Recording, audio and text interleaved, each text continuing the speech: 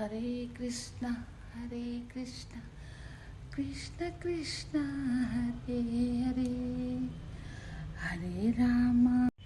Friends, మీ అందరికీ నా ఆత్మ నమస్కారాలు తెలియచేసుకుంటూ ఈరోజు మనము భగవద్గీత నుంచి 6వ అధ్యాయంలోని 5వ శ్లోకం గురించి తెలుసుకుందామా ఫ్రెండ్స్.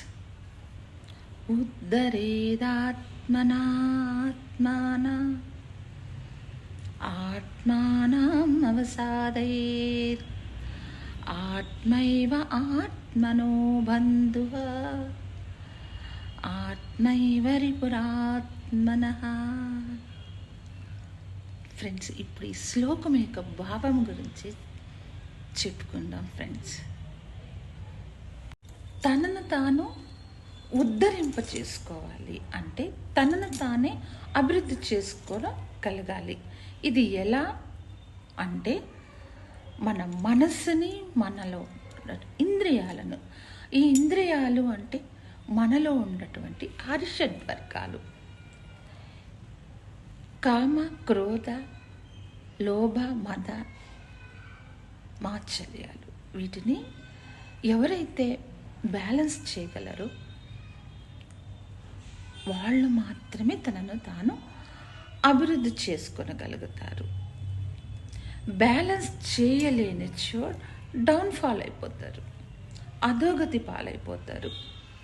లేదు నాకు ఆ దేవుడు మోక్షం ఇస్తాడనో, లేదు నాకు ఆ గురువు మోక్షం ఇస్తాడనో ఎదురు చూస్తారు.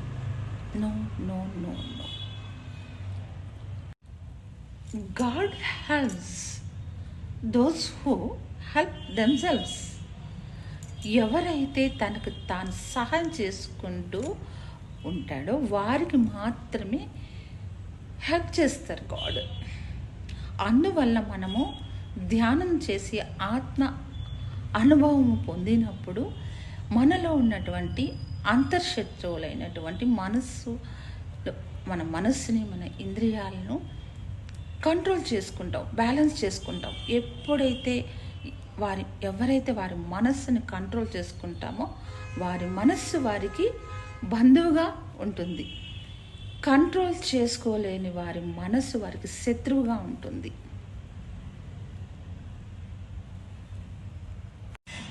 ఫ్రెండ్స్, గౌతమ బుద్ధుడు వారు ఏం చెప్పారు అంటే మనకి అపోదీపో భవ అని చెప్పారు.